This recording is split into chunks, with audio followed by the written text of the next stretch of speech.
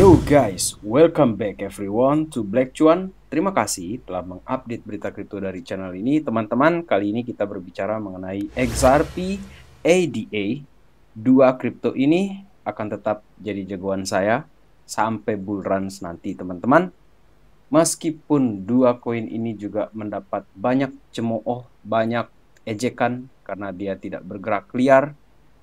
Jujur ya, untuk si XRP ataupun Cardano ADA ini merupakan bets di kripto yang menurut saya teman-teman itu main aman. Di large cap seperti ini tuh main aman. Jadi pergerakannya mungkin tidak akan seliar dari altcoins lainnya, tetapi dia sudah teruji oleh bear market sebelumnya, dan meskipun terkena sandungan SEC, nyatanya XRP sendiri masih bisa bertahan sampai sejauh ini.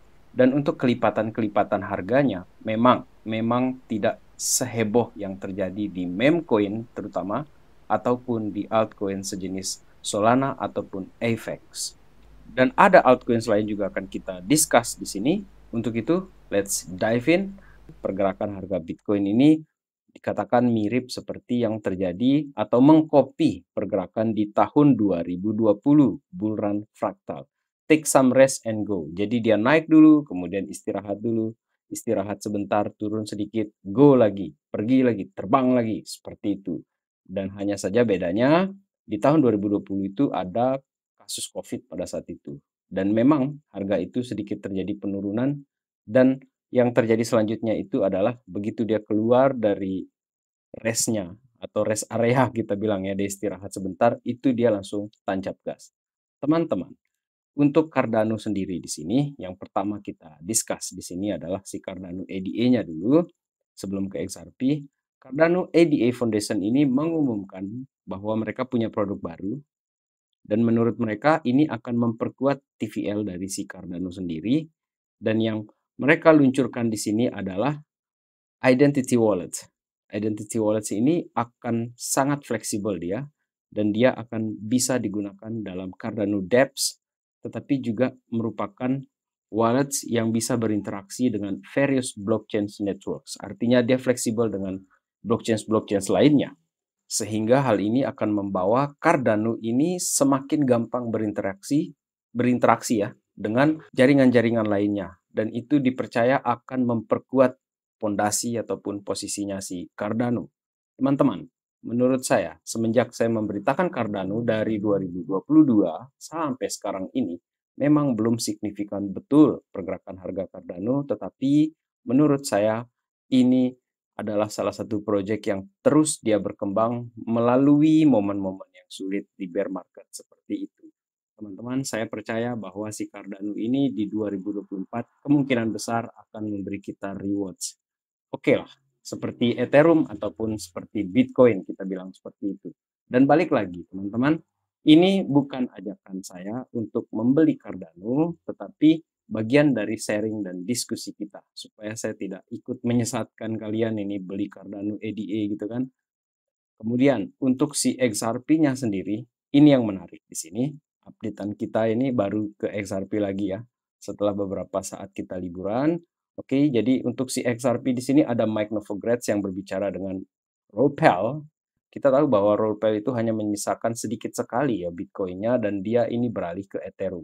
Oke, dan apa yang dibicarakan di sini dari Mike Novogratz di sini adalah dia katakan, I was wrong about XRP. Dia pernah menyatakan bahwa XRP ini terlalu dikuasai oleh institusinya sendiri. Dan di sini dia menyatakan seperti ini. Saya play aja di sini ya. I was skeptical that XRP would have lasting power because Ripple, the company, owns 60% of them, now 55 or 50% of them. And I was like, that just doesn't seem a proposition that's going to work. And I've been dead wrong. Hats off to Brad Garlinghouse and his team. Ripple is now, a institution. The XRP army is real. They care about their ecosystem and their coin.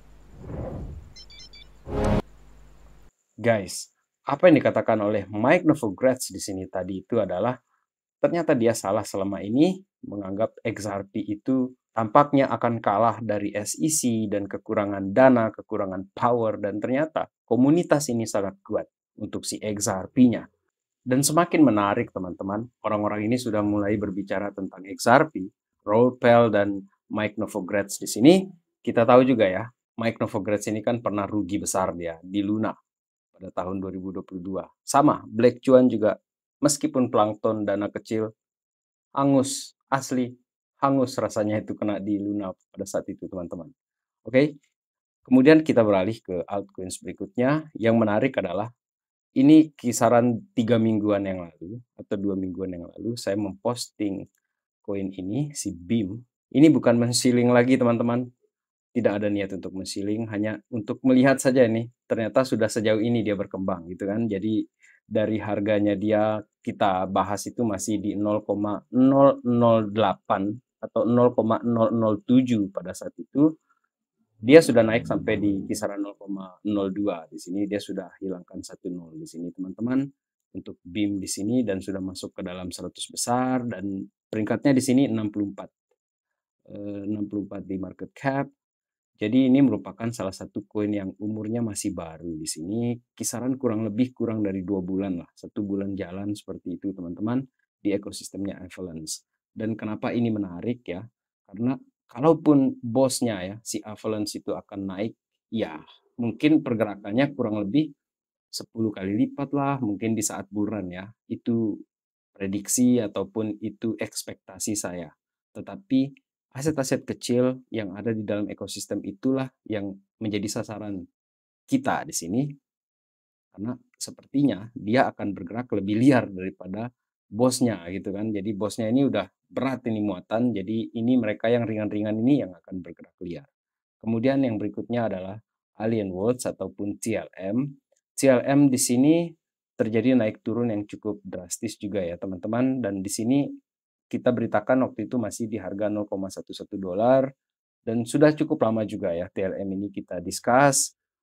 Dan ini bagian dari super risky, akan tetapi rewards juga cukup besar teman-teman menurut saya di altcoins yang seperti ini. Jadi teman-teman Black Chuan harap untuk tetap memanage risiko di koin-koin seperti ini, baik itu di BIM, di Alien Worlds, TLM, ataupun di Superforce. Superforce di sini teman-teman. Superforce ini sudah kita bahas berbulan-bulan yang lalu ketika harganya masih di 0,1, 0,009, dan sekarang ini sudah terjadi kenaikan yang cukup signifikan untuk si Superforce di sini. Akan tetapi lagi-lagi tetap saya ingatkan bahwa koin-koin seperti ini itu adalah bet yang tinggi sekali risiko, akan tetapi dengan risiko yang besar juga dia rewards-nya juga besar ya, seperti itu teman-teman. Jadi apabila teman-teman untuk 3 koin ini, BIM ataupun TLM ataupun Superforce atau Myria juga pernah kita discuss yang di dalam token gaming tersebut teman-teman, atau ada Gala, ya teman-teman tetap melakukan do your own research dengan sangat teliti, dan lagi-lagi keputusan untuk membeli koin-koin seperti ini tetap balik lagi ke diri kita sendiri, teman-teman sendiri yang memutuskan. Jadi dalam hal ini saya menyajikan untuk sebagai bahan diskusi kita dan referensi teman-teman dalam hal ini, bukan ajakan membeli koin-koin ini. Dan sisanya kita akan coba pantau dia seperti apa nanti dia akan bergerak di saat bull run yang akan datang.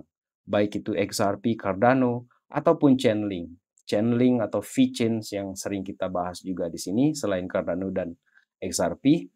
Semoga di bull run yang akan datang rewards-nya sepadan, teman-teman. Baik, sekian video kali ini. Terima kasih telah menonton. In the meantime, let's enjoy the ride guys. Salam Black Chuan. Peace my friend.